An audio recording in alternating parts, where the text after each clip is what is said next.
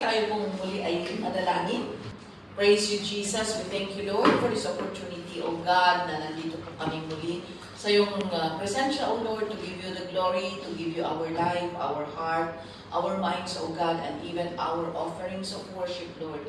Father, thank you for this opportunity, O God, na lagi mong ibinibigay sa amin para may pagkakataon kami, Panginoon, na lumago sa aming paglilingkod sa iyo, O God. And Lord, just use me as your instrument. I have no power of my own. I cannot change your people, Lord. I cannot save your people, oh God. But thank you because you are our teacher this afternoon, Lord. I'm just your mouthpiece, oh God.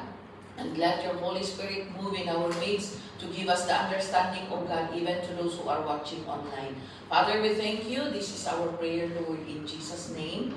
Amen and amen. Okay, praise the Lord. Magandang hapon po sa ating lahat. Good afternoon, everyone. Good afternoon, Pastor. Praise the Lord. So, it's a beautiful afternoon. Amen. Ang tayo maong umaa nga agyam-yaman lata kiniapo Diyos. So, kayo data tayo kakikinita. Amen. Yes. At least kaya dati kakikinita. Di ba? Kadadanat no awan ti kakikinita mo. Okay, so, habang adapay lang di maysa, duwa, may katluot pa, nga kakadwa tayo, ay katragagsakan tayo. Amen? Amen. So, praise the Lord. And, of course, we would like to thank you in behalf of our pastors from the Philippines. Thank you for your prayers dahil naging victorious po ang ating 45th Global Convention sa Pilipinas. Napakadami pong mga taong nag-attend during the Sunday service. Hindi po nagkasya yung Wangal Complex na napuno po yung from the flooring to the first, second, third level ng bleachers doon sa Wangal Complex, and marami pong nakasalampak sa sahig dahil hindi na accommodate doon sa loob, and there are a lot of people na hindi po nakapasok doon sa venue. It's because fully packed po, para kaming mga sardinas na doon sa loob. And praise the Lord because at least nairemedyo naman na nagkaroon ng TV monitor doon sa labas para at least yung mga nasa labas nakikita pa rin nila kung ano ang nangyayari doon sa loob. Amen? So, thank you for your prayers and let's continue to pray for the work of the Lord through this family. If the Lord's will be, kung hindi pa siya darating next year, then we will be celebrating again our 46th Global Convention. Sana makauwi kayo, sana maitapat ninyo ang inyong mga vacation sa araw na yun para at least we go and celebrate together. Amen? Although walang time para makipag-usap talaga, makipag-chikahan, kaway-kaway na lang kasi ang layo nila, hindi ka makatawid sa dami ng tao. Nakita mo suda ka, ag-wave ka na lang doon. Kung na lang restaurant, ag-wave ka na lang kasi wala kang madaanan papunta sa kanila. Amen? So, praise the Lord for that. And we praise God for the whole month din na nandun kami sa Pilipinas. Thank God dahil at least we have spent our time together with our spiritual family and of course our natural family. Both nakapag-minister po tayo, na-schedule tayo to different places to minister to our brethren there, and at the same time, I praise God dahil at least 2 times akong nagturo sa Bible study sa bahay namin mismo.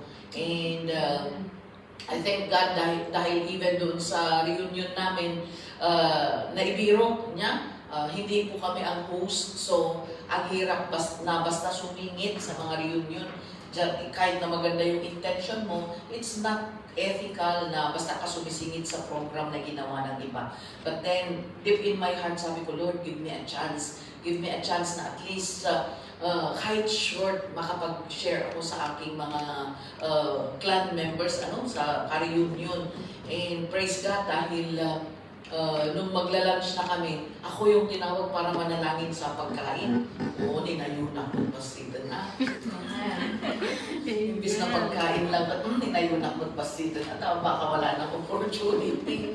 But then in the afternoon, wala nang magawa, parang walang doon sa program nila. Kaya parang inopen nila for storytelling. Yung first na nag-storytelling, of course, worldly, kwentong bayan, and then sabi ko, Lord, gusto kong pumunta din, and then, pero ano ang sasabihin ko? Di ba? And then I remember the story of the prodigal son. Oh, so story din naman yun Storyamat lang ni Jai. So I shared about the story of the prodigal son and I praise God dahil nakinig naman ang mga kaklan ko. Amen? So we praise God for every opportunity na ibinibigay niya. We just need to grab it and we need to take possession of the land. Sabi nga ng pag-aaralan natin sa seminar sa Pilipinas. Amen? So let's move on to our pag-aaralan natin sa hapong ito. We are going to learn about spiritual progress. Kailangan po mag-progreso tayo, mga kaibigan. Hindi po tayo mga bonsai. Ang bonsai lang po na tanim, ang cute na hindi lumalago. Pero kapag tao na yan, di ba, naiinis ka, nyaman ito, bakutan ka, di ba? Layan ka, lang ka kailangan ubing, di ba? Nakakarinig tayo ng mga ganun. Bonsai lang ang cute na hindi lumalaki. Pero kapag naging tao na ang hindi lumalaki o hindi lumalago, bakit parang mahina? Mahina ba? Or okay lang? Okay, so kung tao na ang hindi lumalago, ayan, problema yan, hindi maganda. All the more, kapag naging spiritual yung naging stagnant. And sabi ng Panginoon, we need to grow in the knowledge of the Lord. Bakit? Para hindi na tayo kagaya ng mga infants who are na pwedeng pagpasapasahan. Alam niyo kapag immature ka or infant ka pa rin sa tagal mong nakikinig ng salita ng Panginoon pero ayaw mong lumago. You do not desire to grow in the Lord. Para kang isang bata na madaling malin lang ba? Diba ang isang bata, kunwari, napaidam. Ayaw niya sa lahat ng tao, pero kapag inuuto mo siya sa lollipop, halika na. Diba mamaya susunod na siya sa'yo.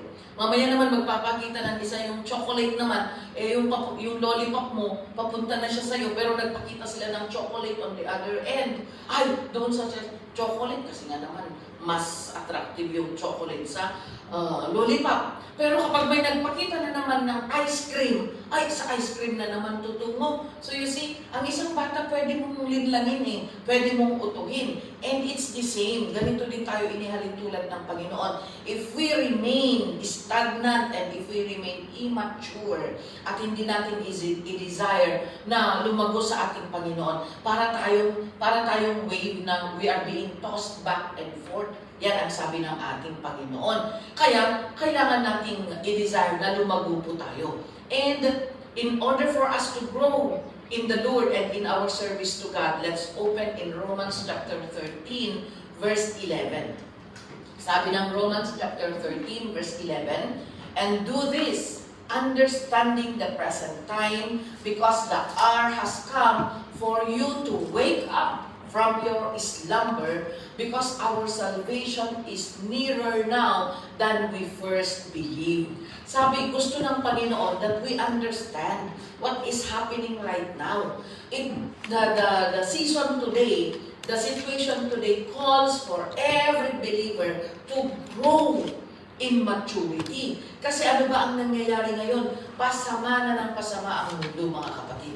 You look at what is happening, makinig kayo sa news, but piliin ninyo, ang dami ng news, fake news. Mas madami ang fake news kaysa sa true news. Okay? So, kailangan piliin natin ang ating pinapanood. Baka ma-high blood ka, fake news gaya. Diba? Gururot tinara. Tapos fake news pala, gawa-gawa lang, AI-generated news naman pala ang iyong pinapanood. So we need to see. But then, in the overall, makikita natin na maraming mga bagay na nangyayari sa ating kapaligiran na talagang their views, napaka-evil ng mga pangyayari. And huwag tayong magulat kasi sabi ng Panginoon, do not be surprised at what is happening around you. Kasi in the very first place, itinalaga na ng Panginoon yan.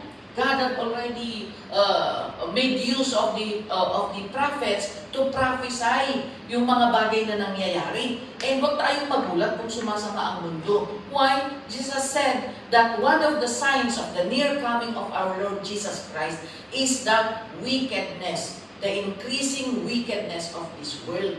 Amen? Kaya tignan ninyo ngayon, noon ang gumagawa lang ng krimen, mga adults. But nowadays, have you ever watched children? Nasa elementary pa sila. Sinaksak ang classmate, ni-rape ang classmate. Ano pa? May baon ng kutsilyo, anywhere na. So, yan ang problema ng lipunan natin ngayon sa Pilipinas. That's why kawawa yung mga teachers natin. Hindi nila alam kung paano nila i-control ang mga bata ngayon. It's because mas natuturay dagiti ubing tatak kaysa dagiti teachers. Bawal ang pagalitan ang mga bata dahil baka ma-depress. Bawal bulyawan, baka ma-trauma. O saan nalulugar ang mga teachers? So, there's no more discipline. Kaya yan, ang mga bata lumalaki na, kanya na ang nangyayari. But then, sabi ng Panginoon, understand the present time. Okay? Understand the present time. And the hour has come for you to wake up from your slumber. Kaya, yan ang isang bagay na gagawin natin. In order that we progress spiritually this end time, first is to wake up from our slumber. Gumising na tayo from our slumber. Ano ang slumber? Yung parang yung half tulog, half gising. Alam mo ba yung gano'n? Yung hindi Tagalog na gano'n kasi nung Ilocano ko diyan, tum-tum-e. Ilocano ba yun? Sige, half gising, half tulog, half gising. Na you are somewhat aware of what's happening, but then you are also sleeping at the same time. As lakas jay.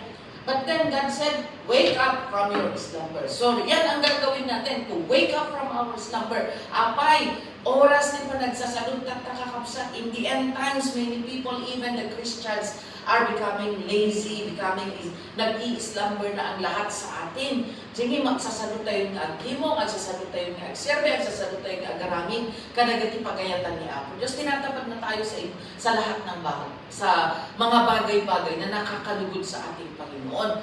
We become compromised, okay? Nakiki-compromise na tayo. Imbis na panindigan natin yung ating paglilingkod or pagiging Kristiyano, nakiki-compromise na tayo. Why? Because nawawala yung energy natin, nawawala yung desire natin. And delikado po yan. Delikado mga kapatid, because when the Lord will be coming and He does not find any faith in us, ay maiiwan talaga tayo.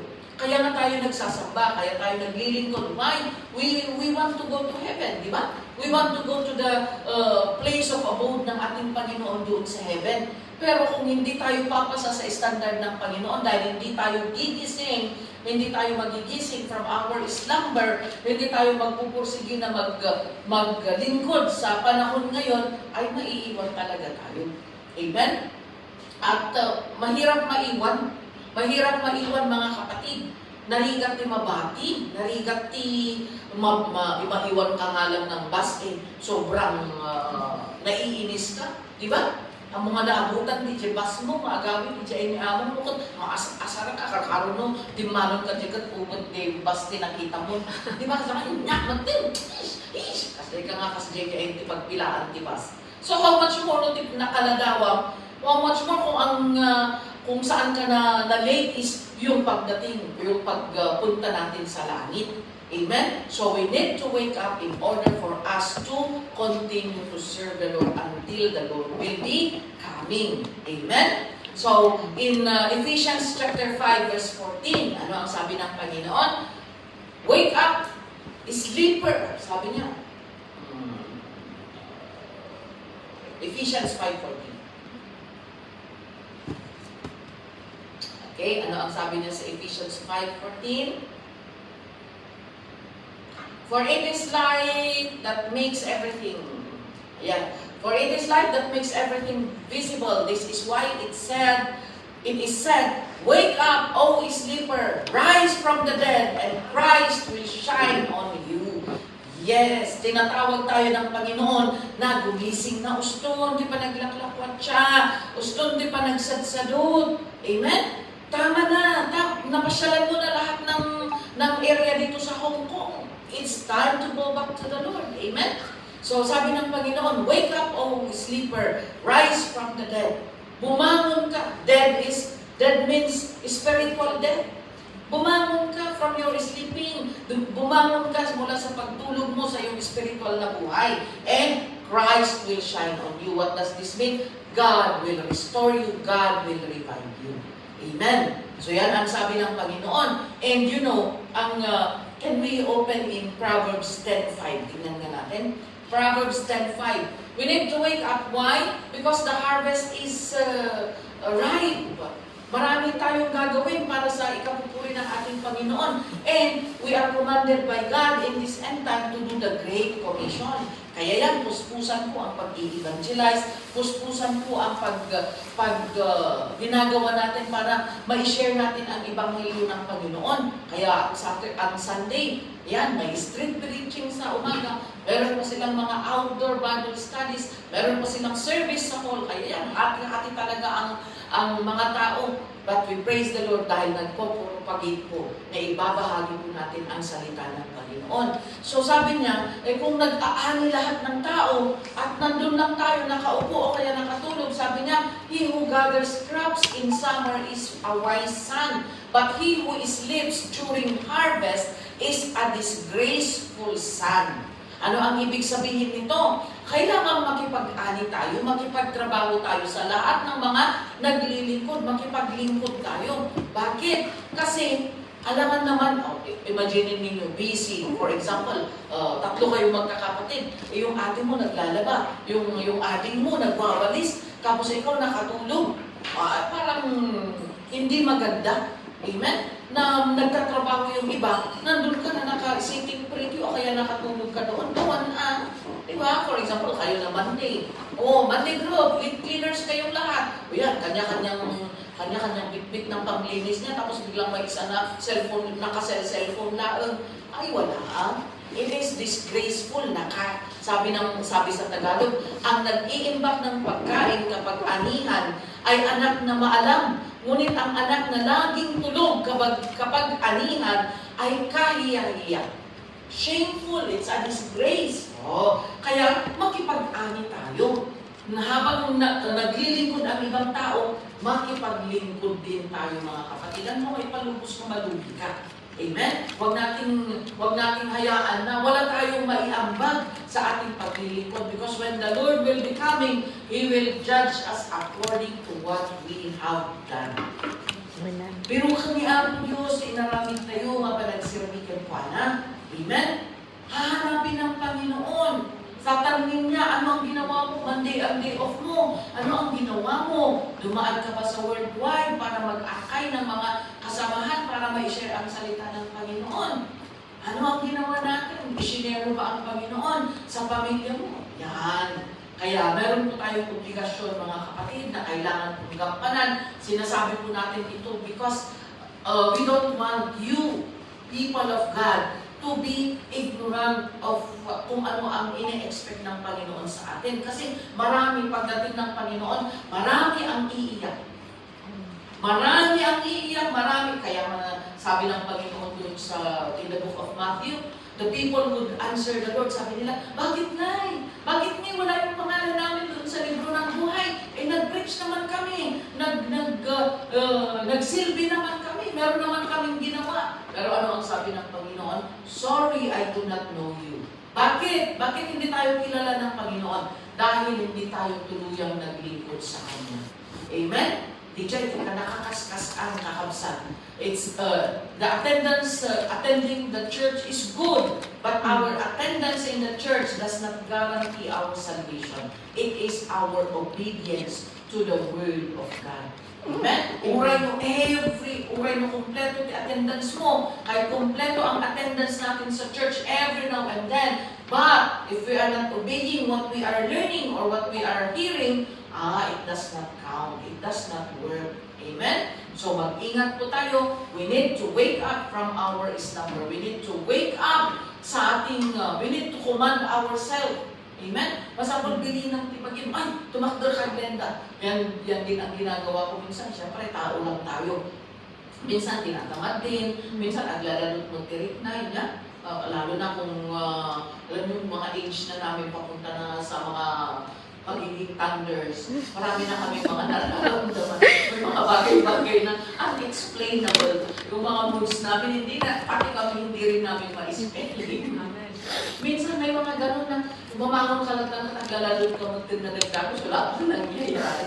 But then, hindi huwag mong hayaan na whole day na ganun ang sitwasyon mo. You need to push yourself. Ay, Glenda, bumangon ka man, nakapag-agkas-kasta. Ay, Glenda, you worship God. Kailangan ganun natin ang ating mga sarili. Amen? We need to push ourselves para hindi tayo tuluyan na mag-Islam, para hindi tayo tuluyan na tamarin sa ating paglilingkod sa Panginoon. Amen? Another thing that we need to do in order for us to progress spiritually in this end time is in verse 12. Romans chapter 13, verse 12. Sabi niya, the night is nearly over, the day is almost here. So let us put aside the deeds of darkness and put on the armor of light. Yes. Ano ang second na gagawin natin in order to progress? We need to clean up. Kanina is to wake up, ngayon naman is to clean up.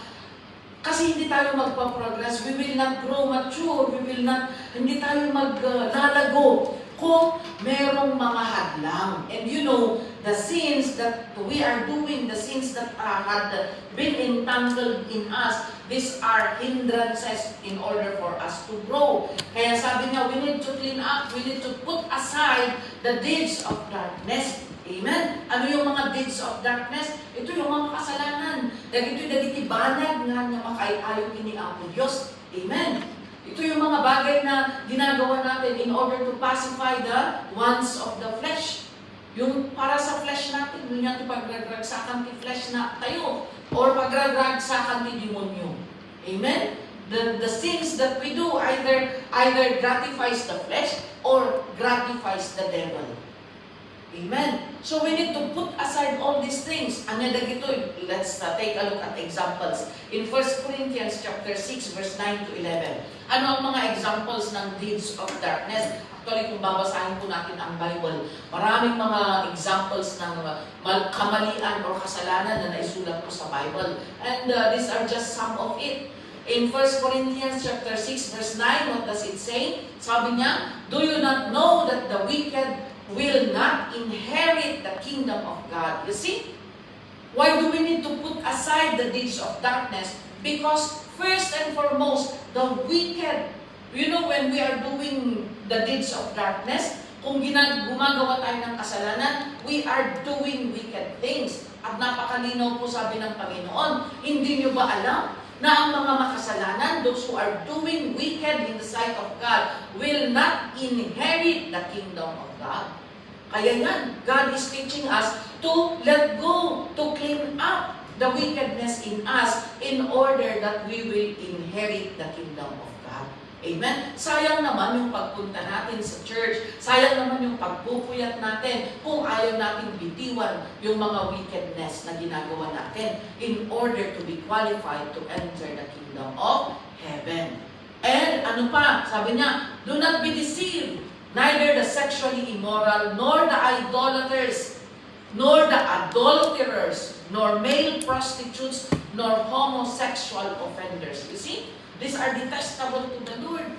Sexual immorality, mga idolaters. Yan.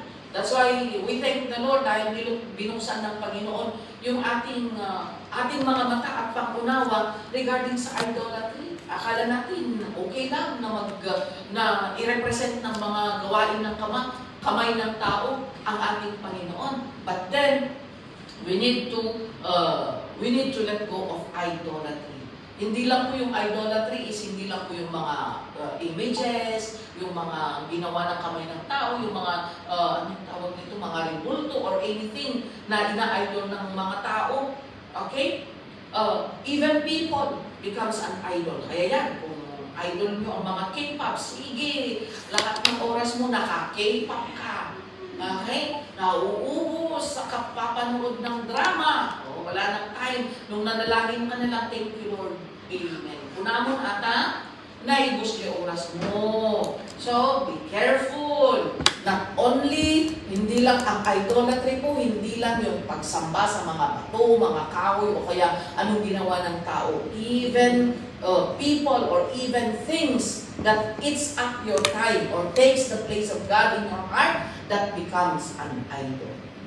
Nung katungtong mo ni boyfriend mo, manunga kwa, ayan, your boyfriend is becoming an idol also if he eats most of your time and then wala ka ng oras sa Panginoon. Amen? Even adulterers, kaya yan, ayusin po natin mga kapatid.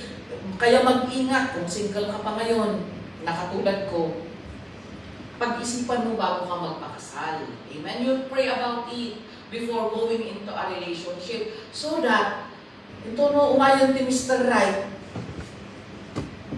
So nga, agumiti adultery, it's because na-mistake na. Hindi damdamo. Because kinadaroso dos, ayan, naumada ito first, kailangan na naman nila ng second. Walang kakontentuhan. So be careful, sabi ng Panginoon, idolaters, adulterers, or even male prostitutes, nor homosexuals. Yan. That's why we pray for the people who are in bondage of this kind of things dahil para mabuksan yung kanilang isip at pangunawa na because ipinaglalaban nila na ay tao din naman kami, nilikha kami ng Panginoon. Yes, you are created by God, but originally you are female or originally you are male. God did not create any in-between. Amen? Walang nilikha ang Panginoon na in-between. Kung bakla ka, lalaki ka, nanilikha ng Panginoon. Kung tomboy ka naman, babae ka, nanilikha ng ating Panginoon. And God is able to change you if you are willing. Actually, merong nag-testify, isang bakla, sabihin na natin, who is in bondage of this before. But then when he heard about Jesus, naintindihan niya at gusto niyang iayos ang kanyang buhay. And so he prayed, accordingly, sabi nila, mas madaling i-break ang opposite sex kesa i-break ang same sex. Accordingly, sabi nila, mas mabilis na makipag-break ka sa kung girl ka sana, mas mabilis na makipag-break ka sa lalaki. And then that's it. End of the story. Gano'n na. Pero kapag same sex, parang mahirap daw because there is an attachment na talagang very demonic. Kaya may mga nababalitaan tayo na, brinake niya yung same sex na girlfriend niya or boyfriend niya. Yan. Pinatay siya. Meron recently, lalaki silang dalawa, nakipag-break yung isa. Hindi matanggap ng isa. Kaya, pinatay niya na lang kaysa mapunta sa iba. So, ganyan ang nangyayari. Pero itong kapatid na ito, talagang ipinanalangin niya. Sabi niya, Lord, gusto kong magbago. Gusto kong magbago, Panginoon. And help me so that when I will talk to this partner of mine, itong kapartner ko na kapareho kong lalaki, ay maintindihan niya sana. Yun ang ipinanalangin niya. And lo and behold, dahil nung kinausap niya at nakipag-break siya, tinanggap naman ng other party. And praise the Lord because this brother of ours na dati ay nasa same-sex relationship is now a servant of God. Amen? Amen? Kaya ng Panginoon. It's impossible. It's very nakakaya. It's shameful. Pero dahil gusto niyang mabago, gusto niyang ma-deliver, he was not ashamed na pumunta sa harap. That is global convention also. Naka-global broadcast tayo. And then nag-testify siya in front of so many people at sinabi niya na ako po ay isang bakla. Hindi nakakaya. Ang nakakaya is yung, anong tawag nito? It's not nakakaya to come and aminin kung ano ang kahinaan mo or kung ano yung kamalian mo. Actually, mas mapapabilis ang deliverance. Because you are willing to tell the whole world na ganito ako, pero binago ako ng Panginoon. Amen? So yan po mga kapatid. So anyone, even to those who are watching online, if you are going through these things na nakasulat po dito sa Bible, God can deliver you, God can heal you. You just need to believe in God, submit to the Lord, and ask God to move in your heart and come out of this kind of relationship. Dahil it is very specified dyan sa Bible. O sabi niya, those who are male prostitutes, actually in other versions, those who are having sex with the same sex. Yan ang sabi niya sa ibang version. Amen? So God is able, God can change us, God can deliver us, God can transform us. Even if we are evil, we were all evil. We are all sinners. May kanya-kanya tayong past na hindi kaaya-aya sa Panginoon. And yet, here we are in the presence of God. Transform tayo from glory to glory. Amen? So, mga kapatid, there's no reason to hide. There's no reason to keep running away from the Lord. We need to face it and ask God to help us. Amen? To deliver us and to help us to clean up. Okay? Ano pa ang sabi niya sa verse 10? Verse 10 is, sabi niya, nor thieves, nor the greedy, nor drunkards. Yan. Hindi lang yung mga these are the wicked, these are some of the wickedness. Thieves, nagnanakaw. Okay? Greedy, nor drunkards, nor slanderers, nor swindlers will inherit the kingdom of God. So, wala. Kung meron tayo, salamat sa Panginoon dahil, sa jail ministry natin, many PDLs who are being nasa BJMPs, they are listening to the Word of God and thank God dahil meron silang chance para magbago din. They are being given by God the chance to be transformed. They were thieves. They have done something that is against the law of the land and against the law of God. But then, God has given them the chance to listen to the Word of God para magkaroon ng saysay yung kanilang mga buhay. Amen? So mag-ingat po tayo, even the greedy. Nowadays, people become greedy. Magkakapatid, nag-aaway-away, nagpapatayan. Why? Dahil lang sa mana, dahil lang sa pera. Ayaw nilang magpabigay. Lahat sila gustong mataas. Okay? So mag-ingat po tayo. Even for slandering, swindling, these are all will not inherit the kingdom of God. Another verse, next verse please. And that is what some of you were, but you were washed. You see? Lahat, maaaring dumaan tayo sa ganung mga sitwasyon. Dumaan tayo sa sarili nating mga kasalanan na hindi kaaya-aya. Pero ang maganda dito, sabi niya dito, but you were washed.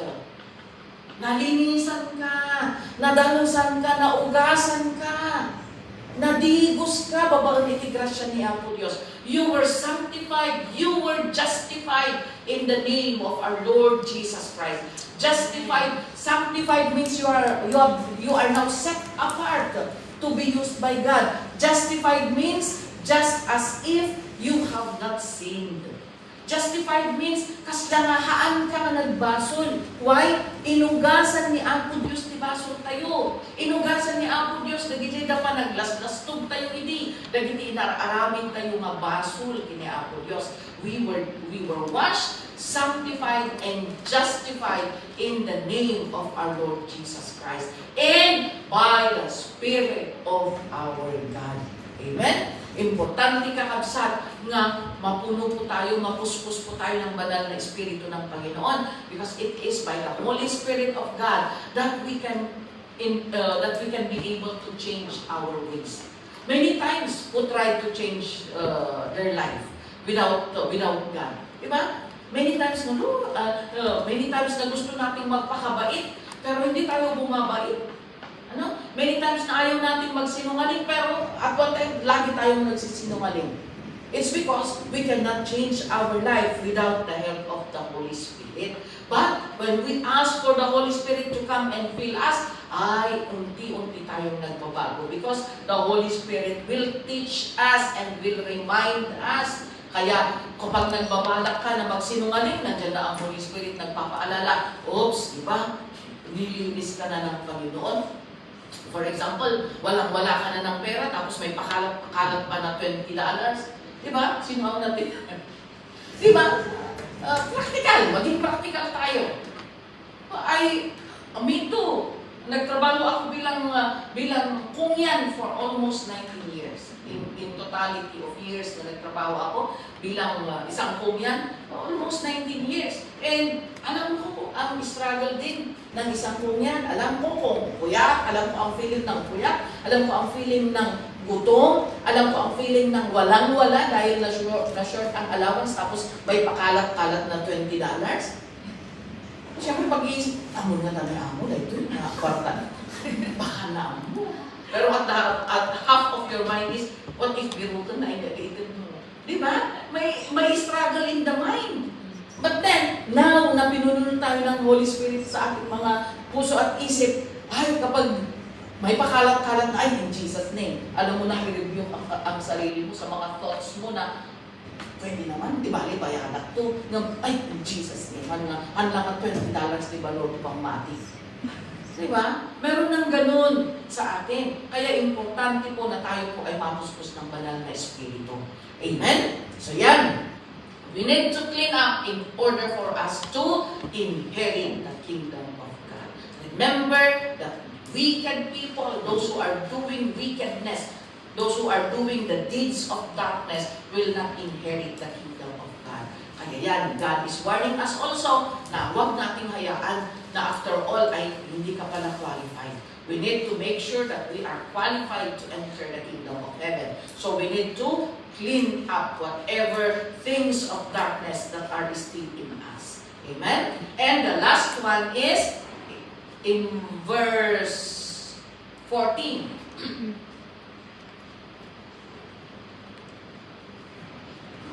Verse 14, Romans, rather clothe yourselves with the Lord Jesus Christ and do not think about how to gratify the desires of the sinful nature. So ano ang makikita natin dito?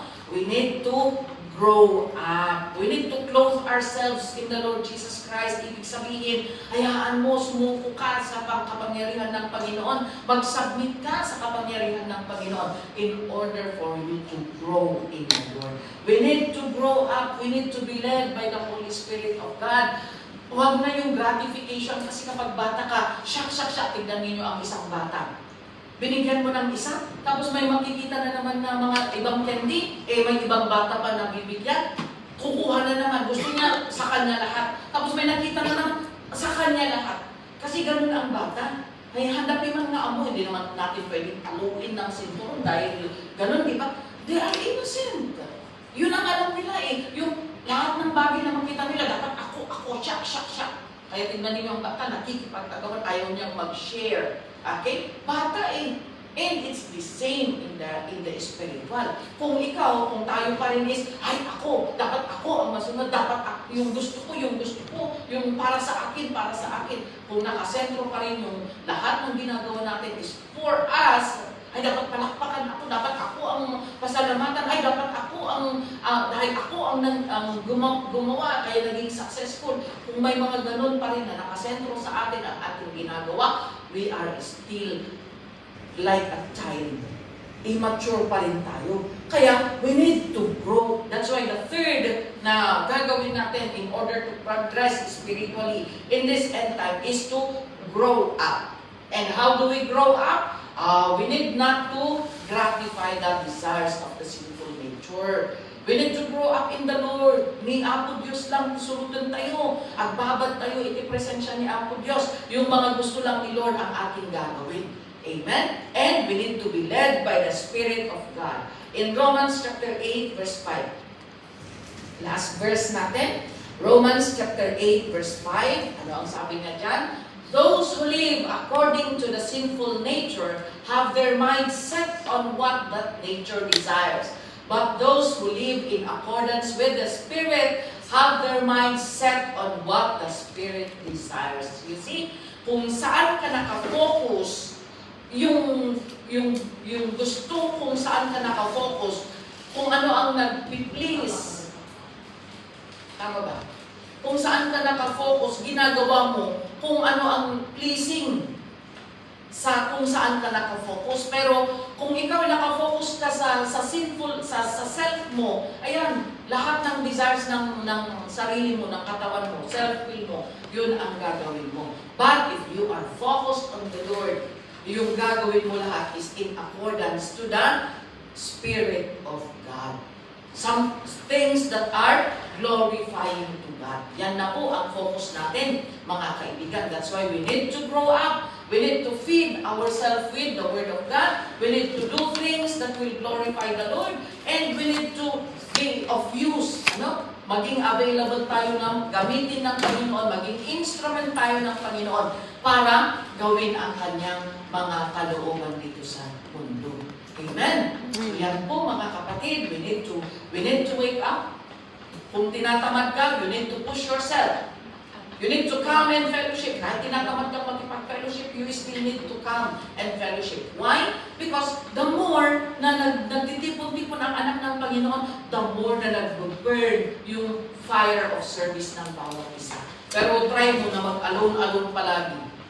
Ayaman ang sumadot ka, kagaya din ng bonfire. Diba? Sino ang nakaranas mag-bonfire dito? Amen. Diba? Kaya ganyan ng bonfire, o nagtipon-tipon yung mga panggatong, ay, ang lakas ng apoy. I-try mo na iniwala yung isang panggatong. At first, meron siyang apoy, o may sarili siyang apoy. Mamaya, naging uling na lang, pero red pa rin, mainit pa rin yung uling. Pero later on, wala, black na silang lahat. Hindi pwede, no man is an island in serving the Lord. Pero kapag ibinalik mo yon, yung namatay na yung apoy niya, ibinalik mo ulit doon sa group of panggatong, ay mag-aapoy na naman siya.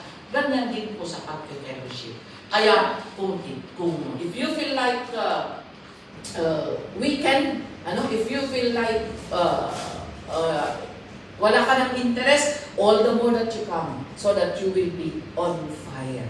Amen? So, ito lang po ang ating lesson sa hapon ito. And sana po nakatulong, sana po na-warningan tayong lahat. This is also a warning for each and every one of us. Because, now people nowadays are on their slumber. Nag-i-slumber na po sila. And we need to wake up, clean up, and grow up in the Lord. Amen? So thank you for listening. And before I give back to the MC, let us pray. Hallelujah. Thank you, Lord. Salamat po, Panginoon, sa mga salita na aming napakinggan. And I pray, Lord, that inculcate these words in the hearts of your people, even to those who are watching online, O God. Father, have your way. Continue to teach us. Continue, O Lord, to move in our midst, O God, even in our sleep, Lord, even in our everyday things, O God, everyday life, Lord. Continue to speak to your people so that wala pong matutulog, wala pong mag-i-slumber sa aming paglilingkod, Panginoon. Pagkus, Lord, maging gising po kami, gising na gising, Panginoon, and enthusiastic, Lord, in doing your things, O God. Thank you so much, O Lord, and even for the things that we are doing, Lord, continue to clean us up through your blood and through your Holy Spirit, O God, to show us the things that we are doing na hindi po nakakalugod sa iyo, Panginoon.